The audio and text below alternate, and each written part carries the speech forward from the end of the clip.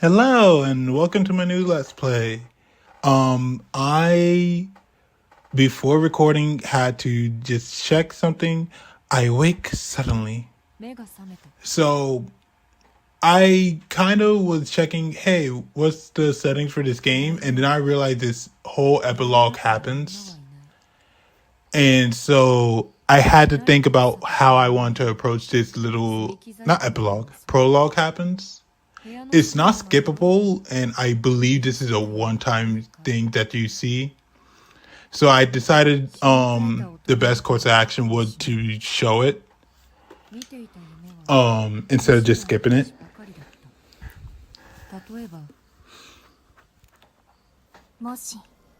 What if the sky had been cloudy?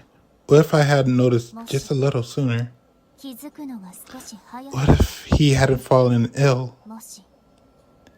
I'm really excited for this LP because I've been really waiting for Tsukihime to come to the West. What if I had never been born? What if you hadn't woken up here? Just so you guys are aware, I can't actually advance the dialogue any faster or anything like that right now. I can't skip it. I can't really do anything.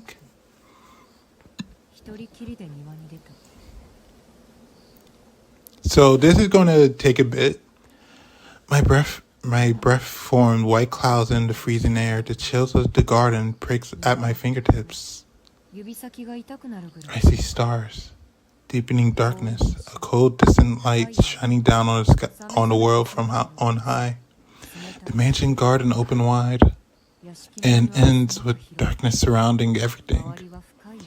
The woods loom in front of me, deep and black, like an enormous curtain, as though preparing to rise on some grand stage. This game character designer is Takaguchi, who you will know for, well, obviously Fate, Tsukihime. He's the guy, basically. He's not the same guy for Mahoyo, but I'm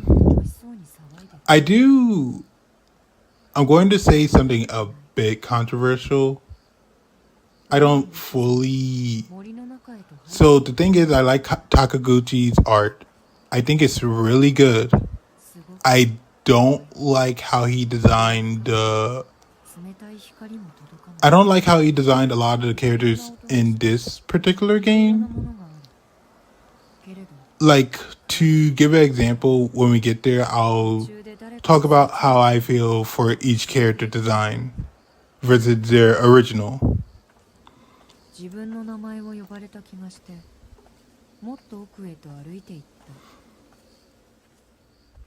At last, I passed through the veil of trees.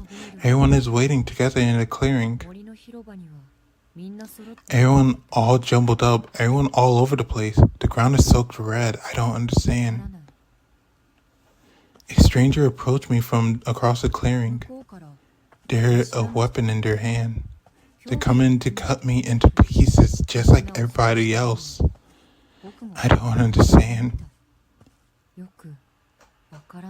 I stare at the stranger vacantly. Helpless, all I can do is wait for the end. But at the last moment, someone leaps in front of me. I'm just a child. I just don't really understand and get cut into pieces in my place.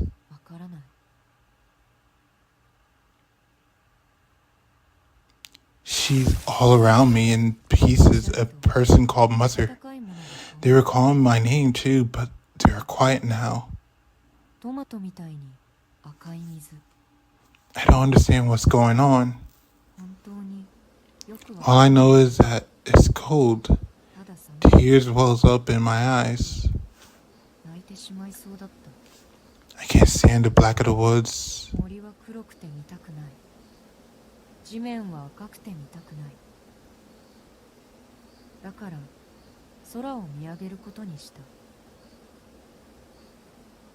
A canopy draped over the cosmos.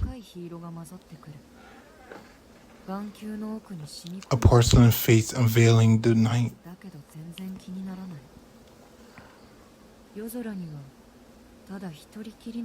Falling stars, mysterious and serene.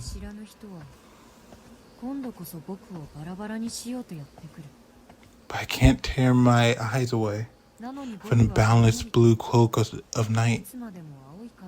How strange. Why didn't I notice before?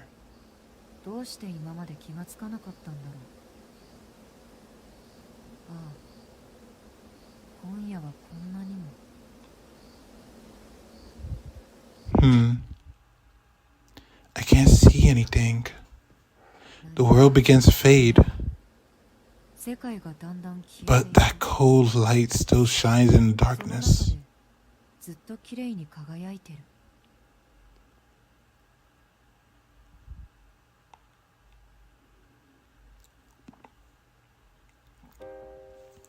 Director is Nasu, who is basically the head honcho of Type Moon. I didn't notice just how beautiful the moon is tonight.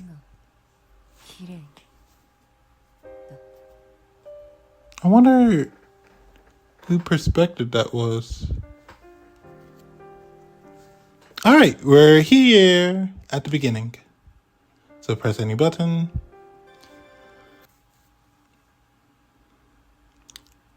I wake up to find myself in a hospital bed.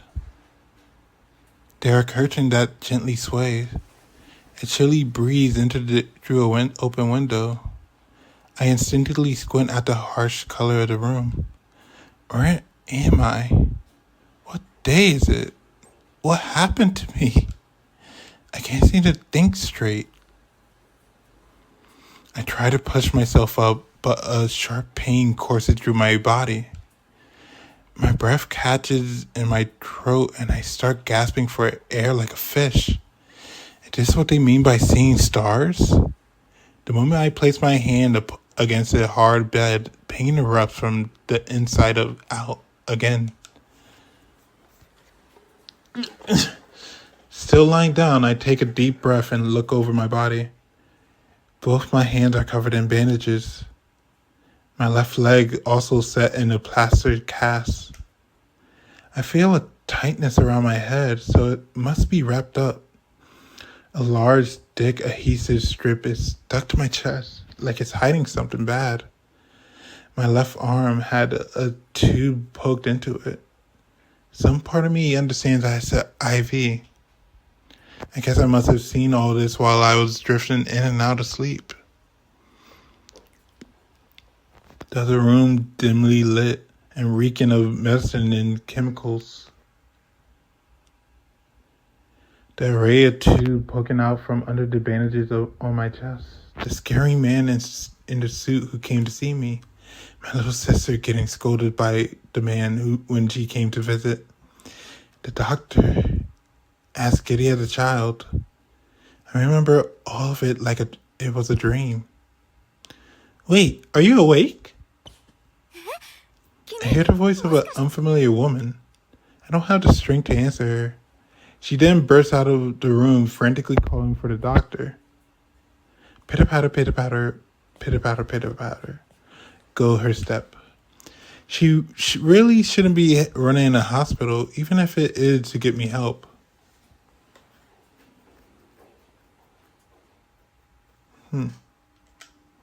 Unable to lift my body, I turn my head and look up out the window. I feel a sharp pain in my eyes, each of my eyes, as if jagged knife were poking and prodding around inside my brain. The sky outside is so blue, it looks unreal. I feel my eyes flinching, not from white hot glare of the sun, but from the spotless sketch of blue. Stretch of blue, my bad.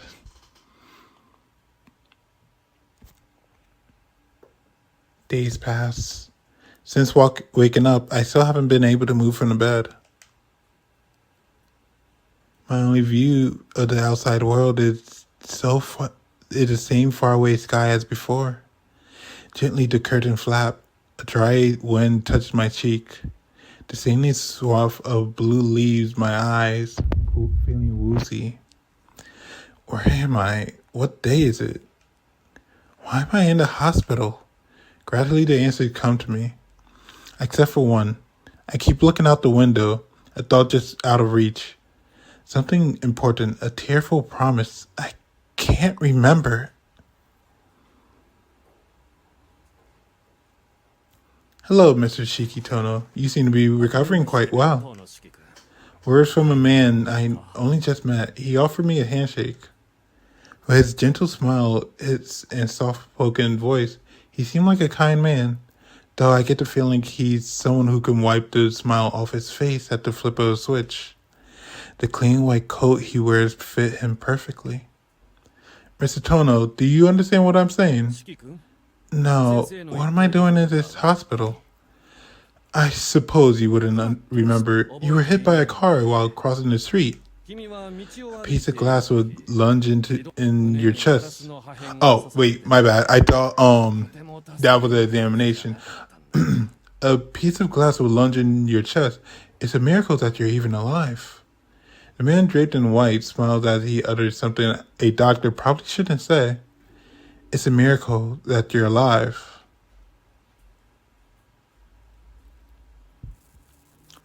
Huh. That's an interesting insight from him. It's a miracle that you're alive is something a doctor probably shouldn't say. I don't have many experiences of like being in a near death situation or even like I don't have too many experiences in being in a hospital, but I imagine like a doctor saying it's a miracle that you're alive is more common when it comes to like near death situations. The crazy feeling I was holding back threatened to spill out after I hear those words. I'm tired. Can I sleep some more? Yes, of course. Get some rest and try not to overexert yourself. The doctor continues smiling. Honestly, it makes me feel uneasy. Doctor, can I ask something first? Of course, Mr. Tono. What is it? How come your body has all these scribbles? The room full of cracks too. It looked like it could fall apart at any moment. For a brief second, the smile vanishes from the doctor's face. Then he rises out of his seat, smile reapplied. His shoes crack against the floor as he disappeared behind the curtain.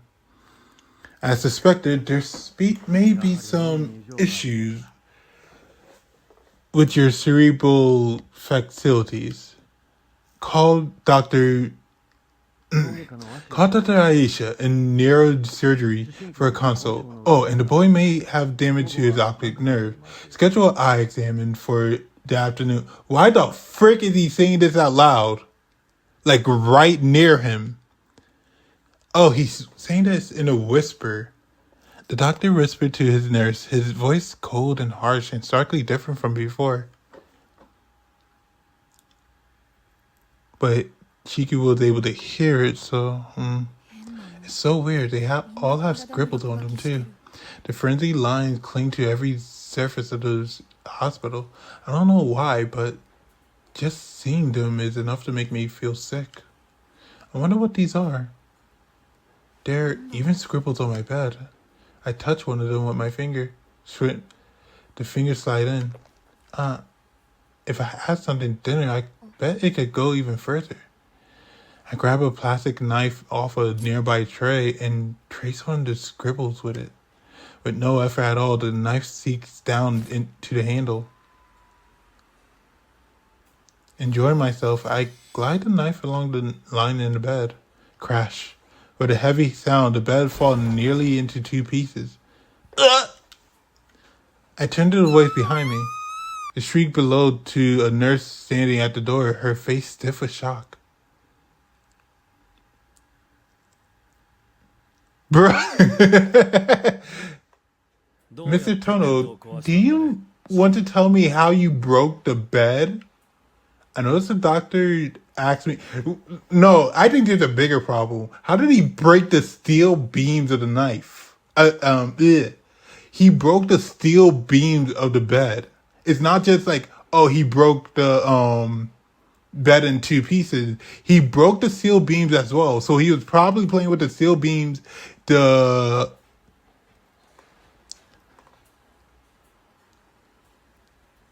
I'm looking at it and I'm like, he broke more than he let it on. I noticed the doctor hasn't asked me why I broke it, but how. I cut up the bed by following the lines. How come the hospital full of these cracks anyway? Mr. Tono, please, there's no lines. I promise we won't be mad. Now, can you tell us how you broke the bed? I told you already. I just followed the lines. I see. We'll talk more about this tomorrow. The doctor let out a sigh. He stopped smiling as soon as I mentioned the scribbles. I guess his switch is broken. This hospital is full of broken things. In the end, no one believed me. No matter what it is, I can cut it cleanly by slicing the knife lines with a knife. I don't even need to put any muscle into it. It's easy like cutting paper with a pair of scissors. The bed, the chair, the desk, the wall, even the floor, none of them are any different. And I never tried it, but I'm positive it would be the same for people too. No one can see the scribbles. Only I can. I think it's because everything is falling apart. And these are the seams holding them together. Just like my chest, it still haven't fully healed after the operation, so they stitched me up where it would be otherwise fall apart. That's gotta be it. I mean, how else could a kid like me cut up a whole wall? You cut up a whole wall?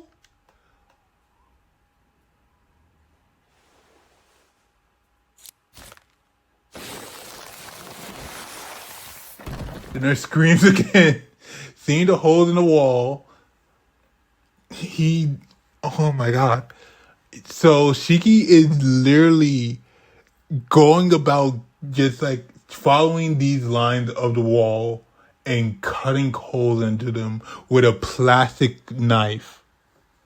Seeing the holes in the wall, she glares in my direction. Her shriek goes on and on. Luckily, something is up with my ears, so it doesn't sound all that loud to me. The drowned out noise filled me with dread, like the sound of a burning cicada. Everything is in tattered. The idea of opening my eyes of living at all is enough to make me want to disappear. All this time I never knew about the stitches holding the world together. How easily they can break. No one else sees them. That's why they can go on living just fine. They don't know about the cracks all around us. They don't know how damaged their lives are. But I see it all. It chills me to the bones, holding me in place. Since it happened, everything sounds muffled, like my ears have been stuffed. Only the gash in my chest screams like a siren. But what happened and when? No matter how hard I try, I can't remember. Scratching my head over it doesn't help either. My brain must have gotten rid of the information to make space for something more important, but the question still leaks out like a water from a tap. Oh, I think I get it.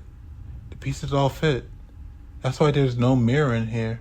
If there was, the very first thing I would do is blink it.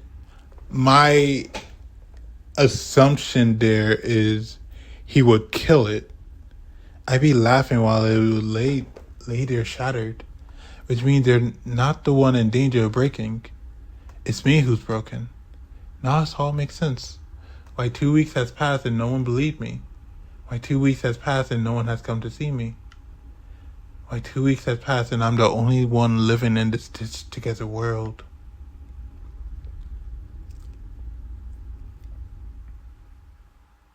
I don't want to be in this hospital anymore. I don't want to be surrounded by these scribbles. I have to get somewhere far away where there's won't be any people around. I'm not the weird one. It's this place that's weird. It's what I'm. Oh, whoa! There's a typo there. It should be capital. Is what I tell myself as I make a run for it. I don't care too much about typos, but I will probably point it out whenever I see one. But the wound in my chest stops me from getting too far. By the time I realize it, I ended up in the field next to the hospital. I didn't get very far away at all. My chest is burning. I squat to the ground and miserably battling a coughs. I can't stay here, but I can't go anywhere else either. There's nowhere to go for someone who could see all the stitching. Another the waves of coughs hit me. No one's around. I see a grass at the end of summer. It wouldn't be the worst place to disappear. The doll suddenly interrupts. Hey, you! You'll get hurt if you stay there. The voice of a woman cut through my ear. Clear as crystal. Huh? Huh? Don't hum me. A squirt like you shouldn't be curled up in tall grass. You almost got punted across the field.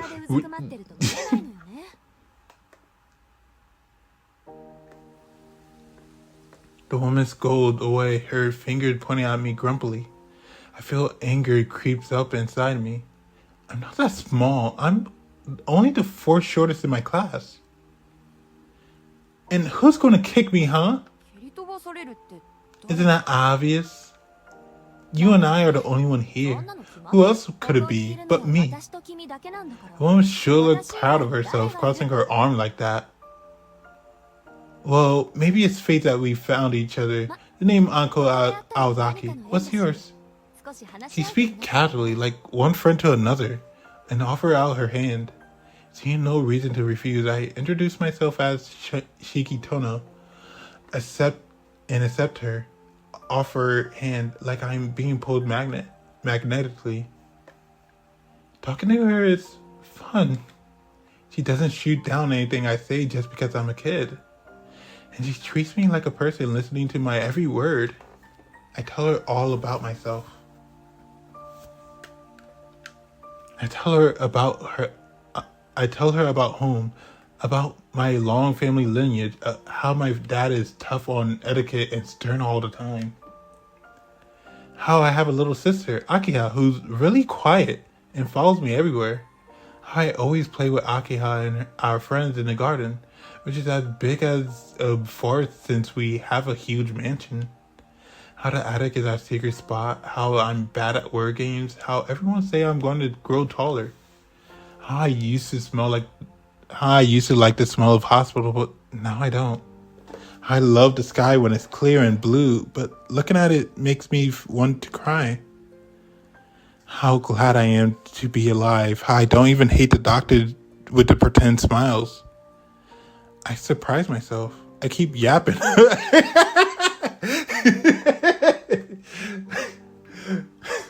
Alright, now that got me. Modern slang. I keep yapping. I keep yapping away feverishly. Oh, look at the time. Sorry, Shiki, I have some stuff I need to take care of. Let's stop here. It won't start to leave. The thought of being alone again filled me with sadness. See you tomorrow. I'll be waiting for you. Now be a good boy and go back to the hospital. Listen to what the doctor says, alright? She says it so naturally, as if the idea that we weren't going to meet again tomorrow hadn't even crossed her mind, and leaves. See you tomorrow? We'll get to talk again tomorrow, just like we did today. I'm so happy. It's the first time I felt something so strongly since waking up from the accident.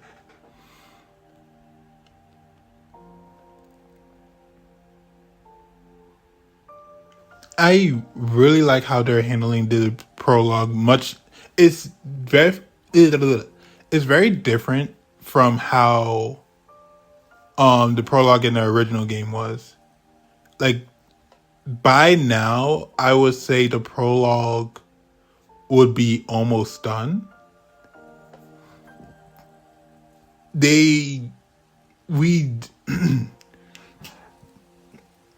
Sorry. They kind of like go much quicker.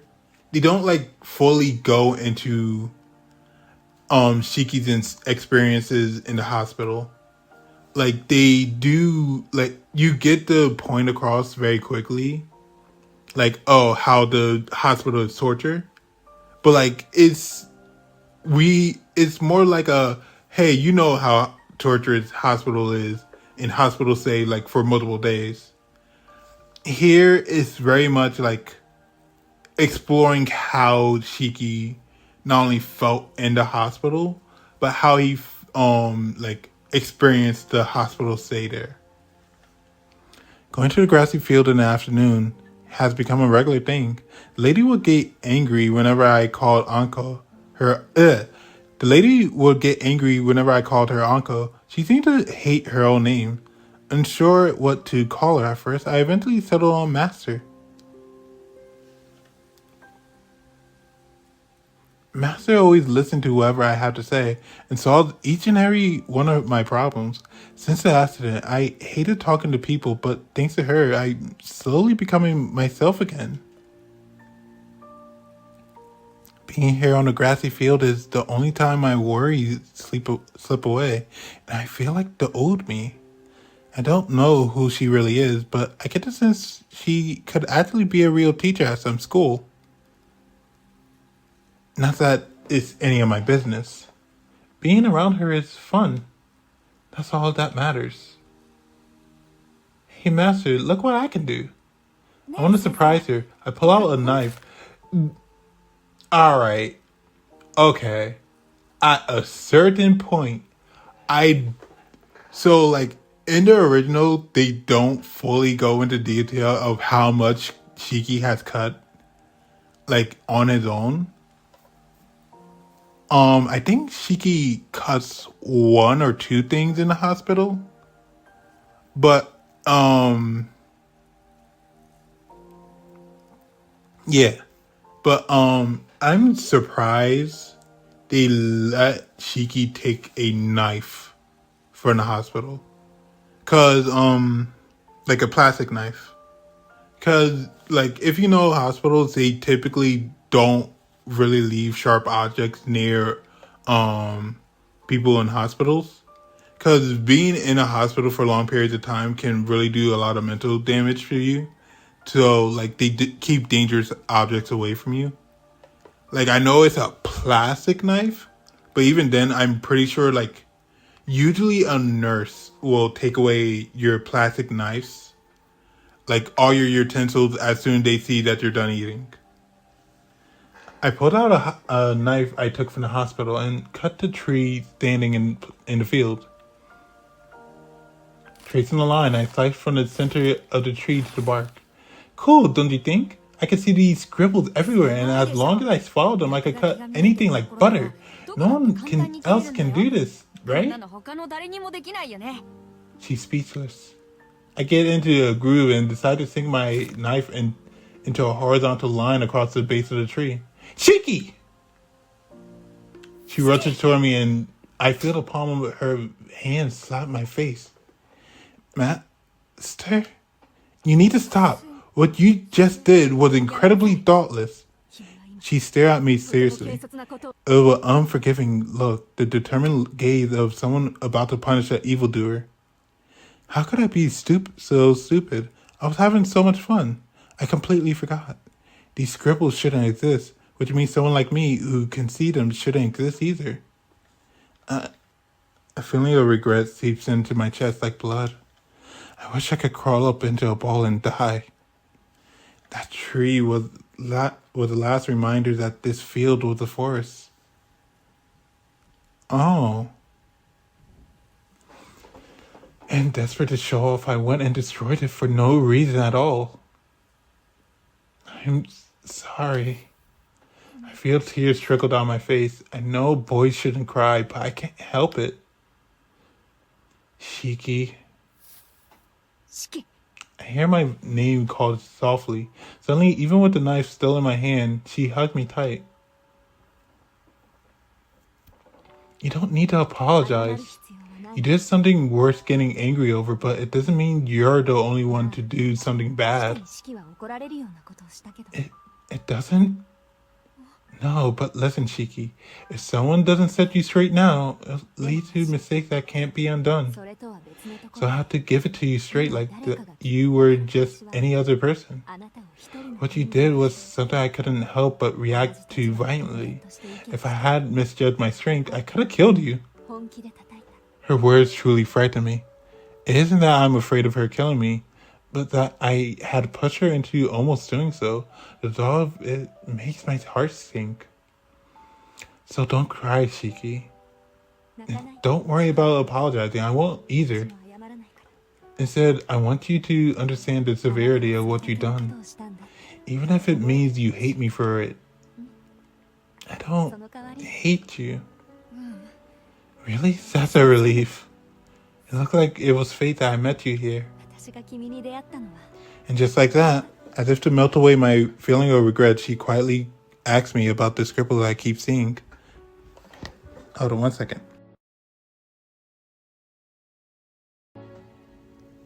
When I start telling her about the lines, I feel her hug me tighter. I'm back. Shiki, what you're seeing is very real. Even if they weren't meant to be seen, even if people refuse to believe they exist, the lines you're seeing aren't an illusion. They're a reality that all yours own. So that's it. I really am weird. Yes, Shiki, you are. I won't deny that. I fight back the tears. What she says sting 1,000 times more than when the doctor doubted me. But it's not like I didn't see this coming. From the very start, from the moment I woke up, I know the truth. I shouldn't even be alive. Let's not get ahead of ourselves. You have a strange condition, but it's far from unexplainable. People can face anything if they understand the reason behind it. At least I've come to believe so. Even an absolute fool will find a way to triumph if they got the courage and wisdom to back it up. That's what makes us human. Unless you're a certain idiot. My first lesson, she calls it, with a hint of embarrassment. Having a strange condition isn't a problem itself. The problem is how I choose to deal with it. Then can you explain these scribbles? Sure, everything has parts that breaks more easily. The fact that we're all break down someday makes us imperfect beings. Your eyes see things come to an end. I guess you could say that you can see the future. I see the future? That's right, for now. That's all you need to know. You'll learn more when the time comes, if you end up crossing that bridge, that is. I'm not sure I get what you're saying. Yeah, it's probably better that way. There's only one thing you need to understand. You shouldn't try to cut those lines on a woman again. And if you do, you'll lose sight of just how precious life is. Okay, I won't. My chest kind of hurt too. I'm sorry. I promise I won't ever do something like that again. Good. Be sure to remember that feeling, Shiki. If you do, I know you'll be able to live a happy life. She uncoils her arms, freeing me from her embrace. The sensation, cold and yet warm, fade away. But seeing them put me on edge, things fall to pieces when I cut them. You know, it's like everything around me is coming down, crashing. At any second. Let me worry about that. After all, it seems to be what led me to you. She heaves a long sigh and then smiles. Shiki, I'll have a special present just for you tomorrow. I'm going to return your life to normal.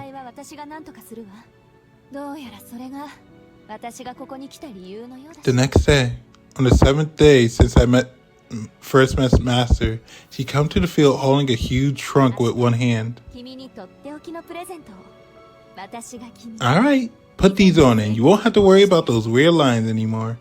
She hands me an ordinary pair of glasses.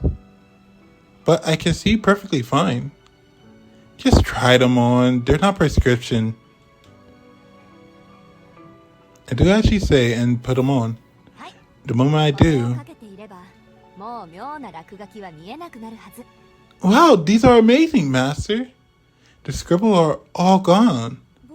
Damn right they are. I had to swipe my sister pair to make them. But these mystic eye killers are bona fide, one of a kind. Uncle Alzaki creation. You better take good care of them, Shiki. Huh. I know I always known that there's like these glasses were technically like Toko's.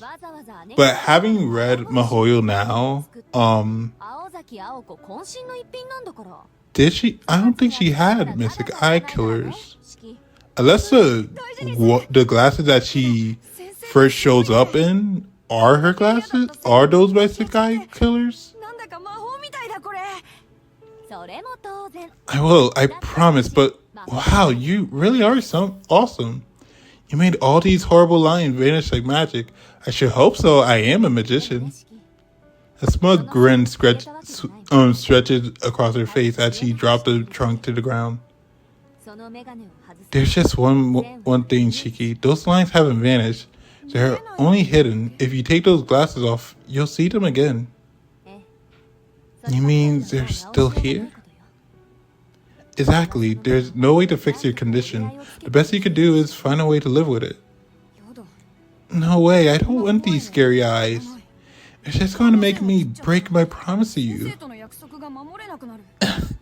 The one about never cutting lines again? Silly, you can break that promise whenever you feel like it. Really? But didn't you say cutting the lines is bad? You're right, it is. But those eyes of yours carry a special power that belong to you and no one else. It's up to you how you choose to use them. No one can blame you for having that power. The only question is what you want to do with it, Shiki. What I want to do? She stares into my eyes as if trying to peer inside. That's how it is. Yep, as I thought. You have a fine look in your eyes. To tell you the truth, when I first ran into you, I wonder what kind of mess I got myself into. You look like someone who had already lost so much. But I guess I had nothing to worry about. Those aren't the eyes of someone willing to take things lying down. So reclaim the life that you lost.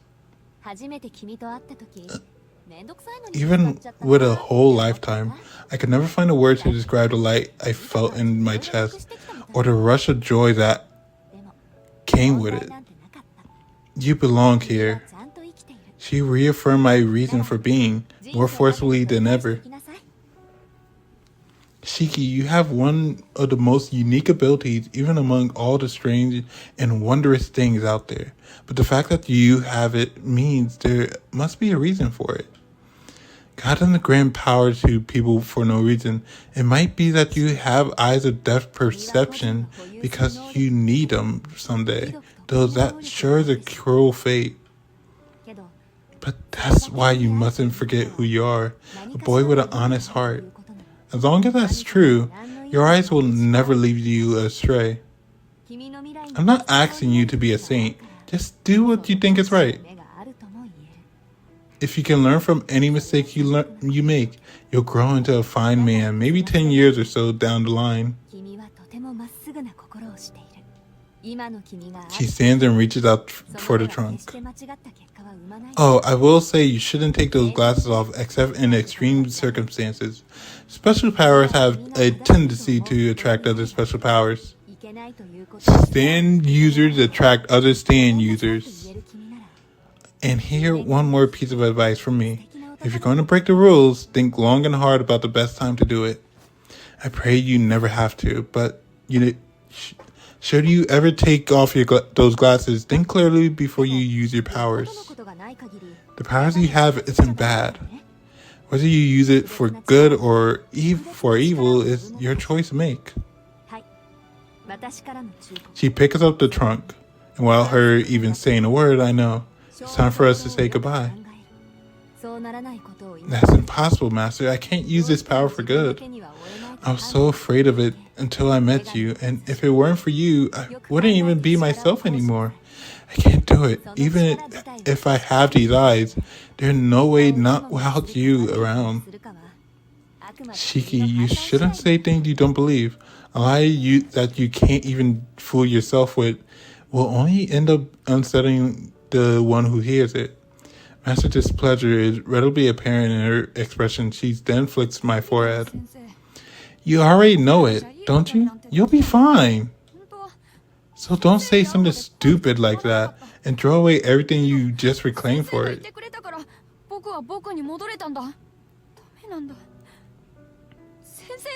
This is farewell, then. Bye, Shiki. Everyone got their own share of problems to overcome in life. But you have the strength to do something about it. So pull yourself together. She's really leaving. I'm sad, but as her friend, I want to see her off. Okay, goodbye, Master. Great, that's the spirit. Just keep that up and you won't have a thing to worry about. Here's my last lesson for you. When you're backed into a corner, calm down and think carefully about what you should do next. You're going to be fine. I have faith you'll turn out all right, even without me. She smiles fondly. A gust of wind sweeps through. Seeing a ripple across the sea is grass. She's gone. Bye-bye, Master. As I say the words, the realization I know I will never see her again sinks in. Left with me are a trove of advice and a strained pair of glasses. I don't know why I messed up on that. In just 7 days, I learned. I feel like I learned the most important thing of all. Excuse me. As I stand there aimlessly, tears start swelling up. I'm such an idiot. All I said was goodbye. Not once did I say thank you.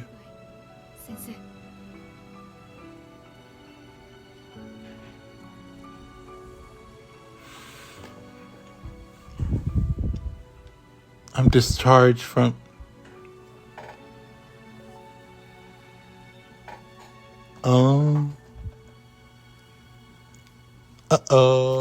Something's wrong with the recording. Give me 1 second. Alright, I'm back for the third time, and I'm really sorry about the recording screwing up.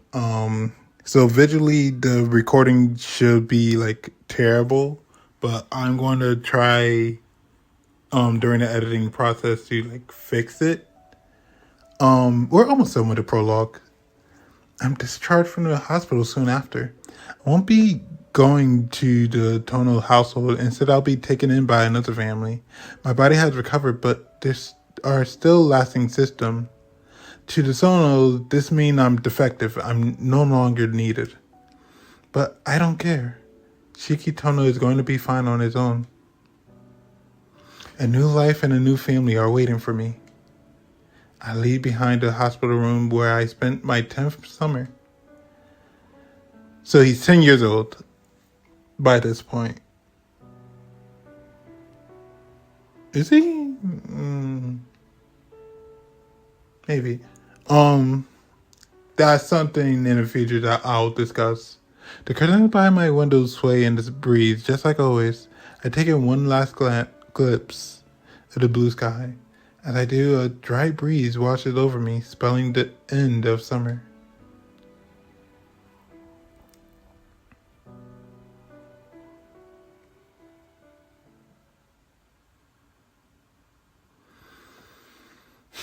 I think that's the end of the prologue. Day 1. Homecoming.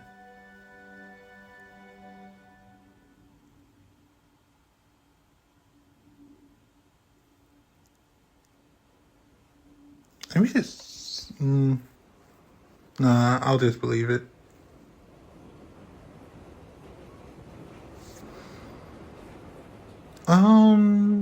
think this is a good point to end it off. All right, thank you guys so much for watching, and I hope you have a wonderful day. Thank you for watching the first episode of Tsukihime. I hope you continue watching till the very end of this Let's Play. And take care.